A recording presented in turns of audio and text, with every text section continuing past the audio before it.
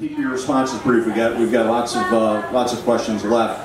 In his column last Sunday, Dennis Anderson was at FarmFest. He said at FarmFest the buffer law seemed about as popular as soybean cyst nematodes and northern corn leaf blight.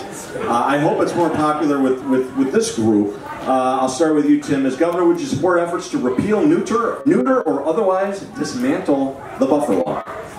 No, and let's start out. One thing we all agree on is the clean water piece. I will say this is Governor Dayton and I have significant differences in style.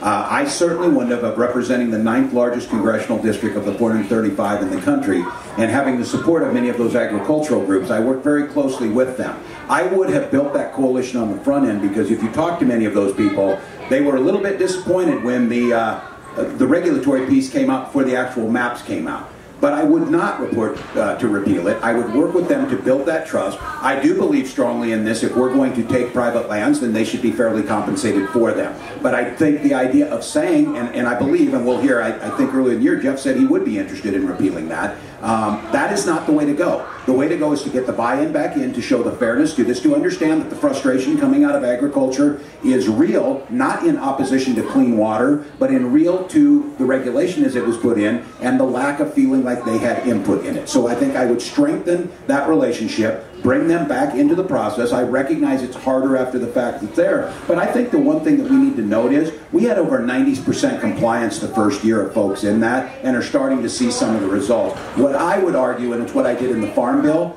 if you do it on the front end like we did with conservation compliance, where we said, fine, if you're not going to follow the rules, then there's $0 federal dollars for you. It was interesting how quick the farm community said, if we lose crop insurance, we're willing to buy into this. Those are things where you see people as partners. So no, I would not repeal it, but I would work much closer with ag, and I would listen to their concerns, and I would start making sure, because I'm telling you, after we did this, I don't know about all of you, I saw a lot more no hunting and no trespassing signs pop up afterwards, cutting down access for many of us, and that shows that we've got a relationship problem between folks who want to use that land, see it, and the landowners.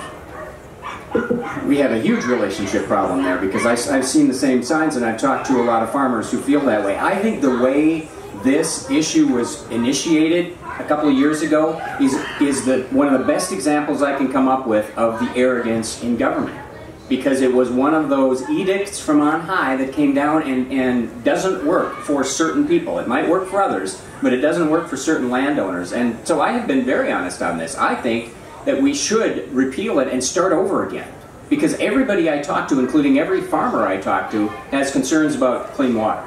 And it is not working for them. Maybe part of that is a perception, because they're so angry about how this happened, and maybe some of it is real, but it's not working for them. And I'm a strong believer that our agencies have to start working with the people they are regulating when they are trying to solve a problem, when they are trying to come up with new regulations, when they are trying to enforce regulations.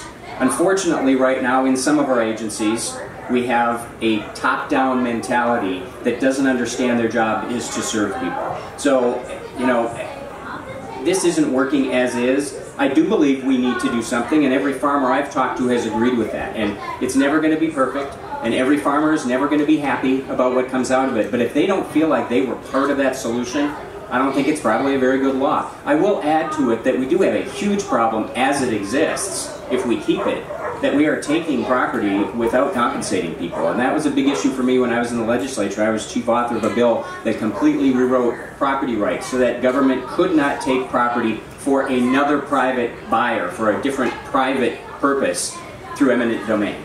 And I feel this very deeply, and the fact that we're taking property out of production and not compensating people is a good indication that this law is not good.